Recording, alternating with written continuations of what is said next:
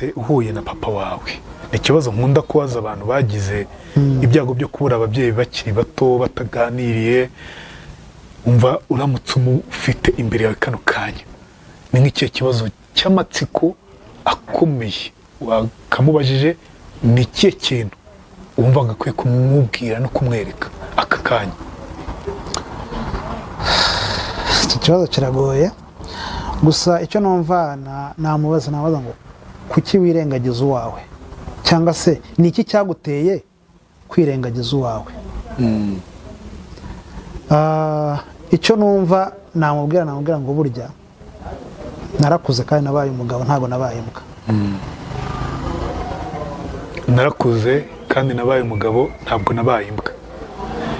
Damu, mu byumvikana ntiwigeze umubabarira nubwo atagihari. Urumva, ndetse niba wenda kubabarira sinzi icyo umuntu abyita cyo, ubundi kubabarira hari ubwo umuntu mubabarira mutageze muganira. Okay, urumva kubera ko nta mwanya nigeze ngirana nawe wo kuganira nawe, ubuzima bwanjye namubohotseho, naravuze ngo ntago nzi ibyamuteye, sinzi icyabimuteye, mbisiba mu mutwe wanjye ndabihanagura, ndavuga nti buriya ntawamenya.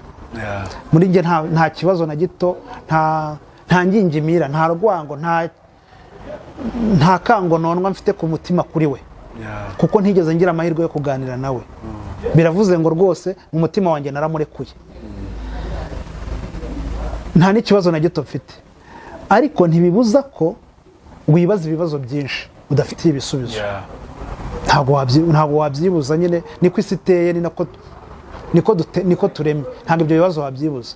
Kuba rero ibyo bibazo utabifitiye ibisubizo, uhita wishakira ibyawe ibisubizo ukabirangiriza. Kubabarira ntabwo bikuraho kwibuka. Ntabwo bikuraho kwibagirwa rwose, nta mpungenge, nta n'ingingimira nari mufite. Uyu munsi navuga ngo ubuzima waciyemo, wumvaga ufite papa ugomba kugufasha, kandi byari ngombwa, byari byo byashepinze wowe gute, byashushanije Damuru gute?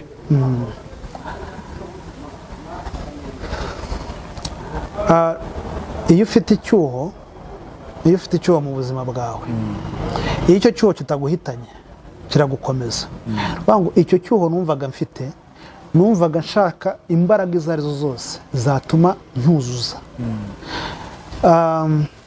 Ibitutsi by'abantu, umwana w'umugore, ibitutsi by'abantu, cyangwa se kumva ko hari ubushobozi wabuze kubera kutitaweho, naravuze ngo ntazagira umuntu nk'urwaho rwo kuvuga ngo ntureba se, n'ubundi n'iwabo baramwanze, n'ubundi ntacyo yari buzavemo, n'ubundi urabona hari amagambo yo kukujugunya ahantu mu gatebo, nk'aho ntacyo wavamo, nk'aho ntawe wavamo. Ibyo rero byanteye imbaraga zo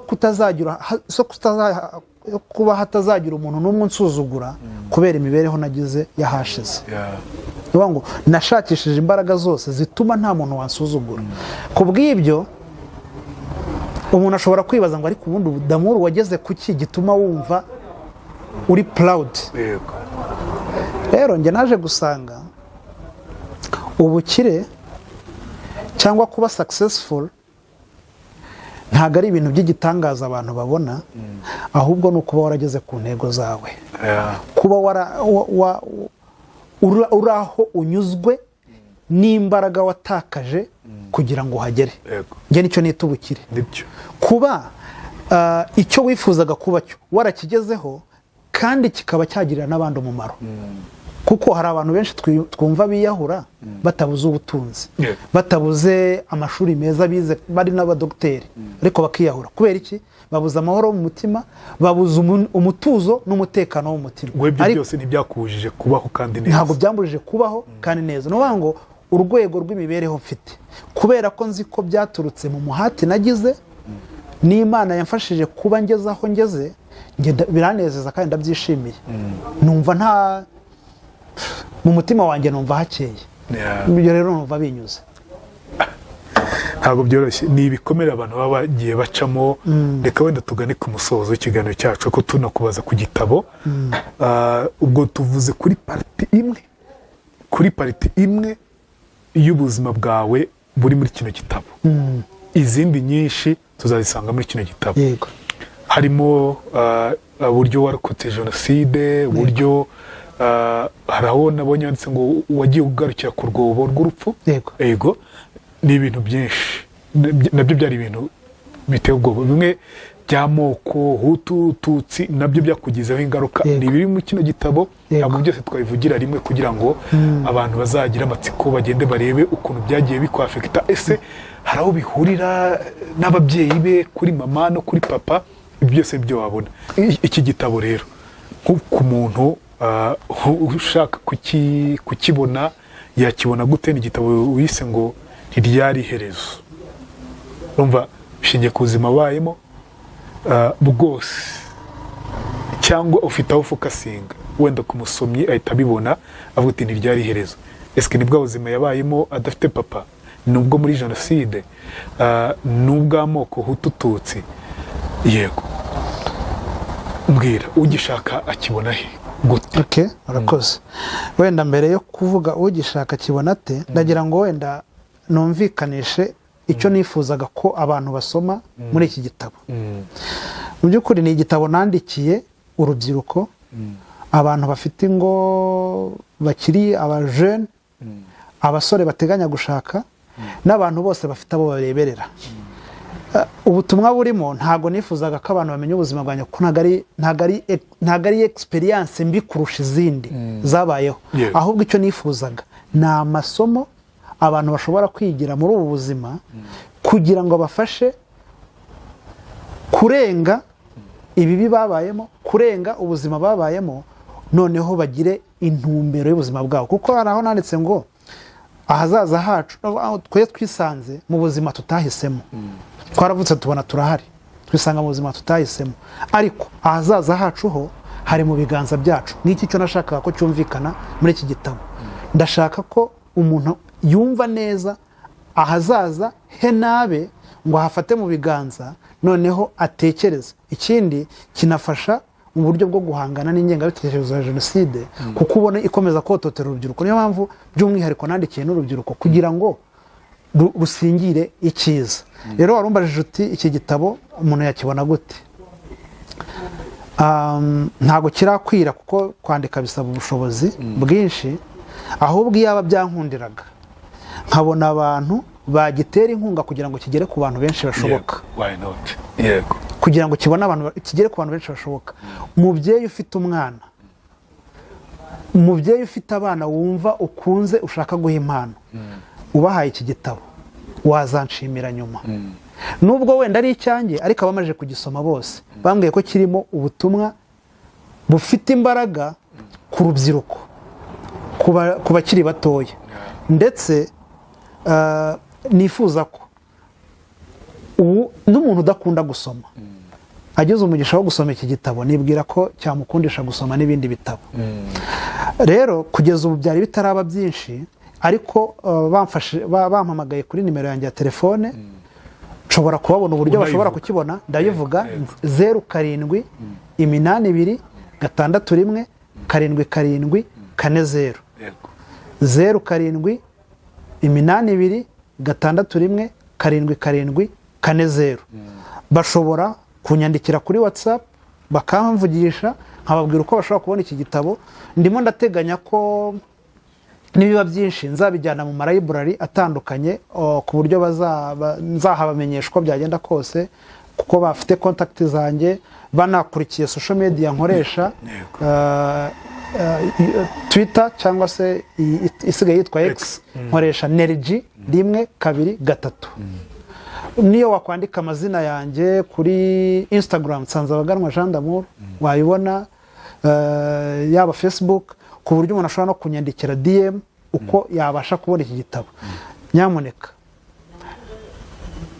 mumfashije iki gitabo kikagera mu biganza by'urubyiruko rwinshi rushoboka, byaba ari umugisha ukomeye cyane.